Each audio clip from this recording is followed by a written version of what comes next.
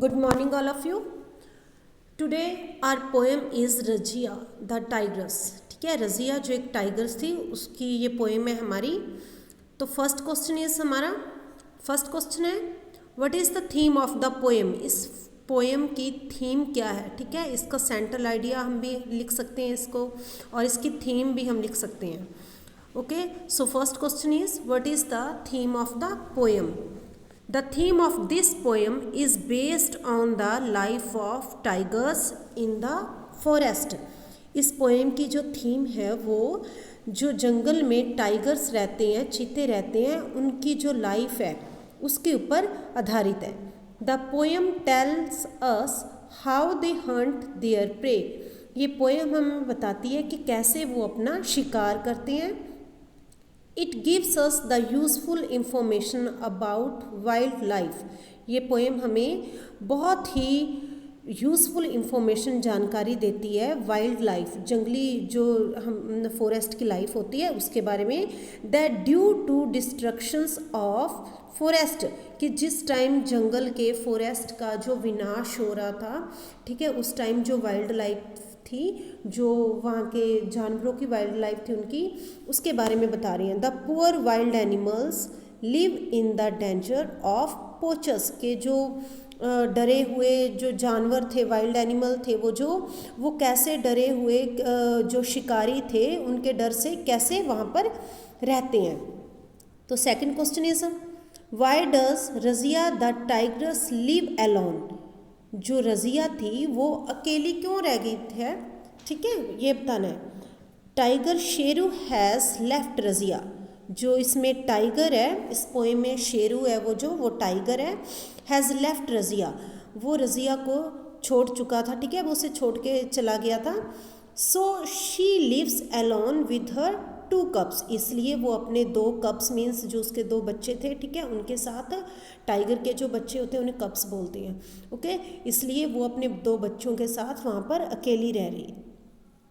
What was, third question है, what was शेरूज expertise. Sheru की expertise क्या थी. ठीक है, वो किस चीज़ में एक्सपर्ट था.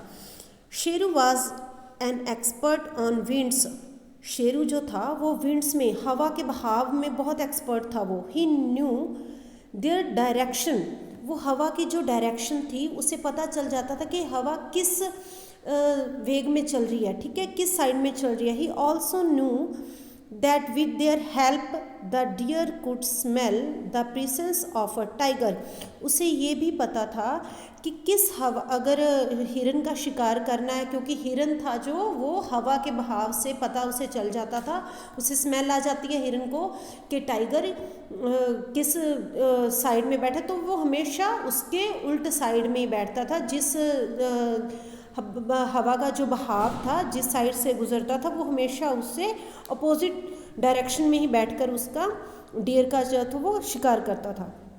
नेक्स्ट है व्हाट हैपन टू शेरू. अभी शेरू के साथ क्या हुआ था. The forest were destroyed.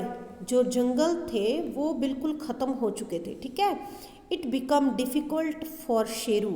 ये शेरू के लिए बहुत डिफ़िकल्ट हो गया था, बहुत मुश्किल हो गया था.